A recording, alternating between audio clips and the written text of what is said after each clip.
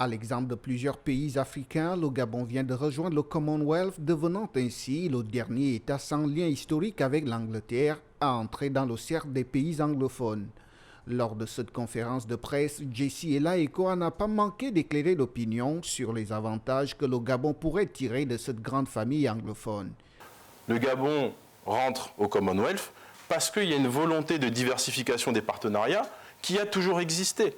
On n'est pas ici sur une guerre de dire on rentre dans le Commonwealth parce qu'on n'est pas content de la francophonie. On est un membre actif de la francophonie. Sur le point de la langue anglaise, on parle déjà anglais au Gabon. L'anglais a un avantage, c'est que c'est la langue qui est la plus parlée dans le monde des affaires. Les membres du Commonwealth ont une facilitation à pouvoir commercer entre eux. Ça vous permettra aussi pour les apprenants d'aller dans certaines universités. Donc il y a un avantage qui est certain, au-delà même du Commonwealth. Alors que le Gabon fait face à de nombreux cas de Covid-19, le porte-parole de la présidence de la République est revenu sur les dispositions préconisées par les autorités gabonaises. On est sur une situation qui est préoccupante, mais pas alarmante.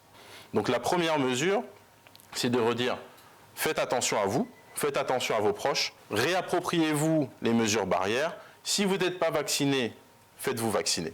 Par la suite, si on arrive à des situations, on va dire, plus alarmantes, on fera comme on l'a fait l'année précédente, on prendra nos responsabilités et on verra quelles sont les mesures à mettre en place pour sauver la vie des Gabonaises et des Gabonais et des personnes qui vivent dans notre pays.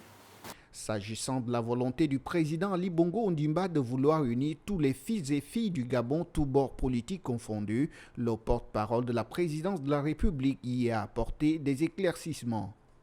La main tendue du président Ali Bongo Ondimba à l'opposition continue de porter ses fruits. Mardi, c'est M. Charmba qui, après tant d'autres, a saisi cette main tendue.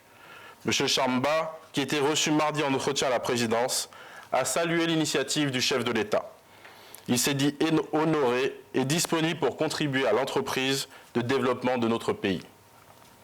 On ne peut que saluer cet état d'esprit constructif, faire passer son pays avant son parti, c'est ça le signe des hommes d'État.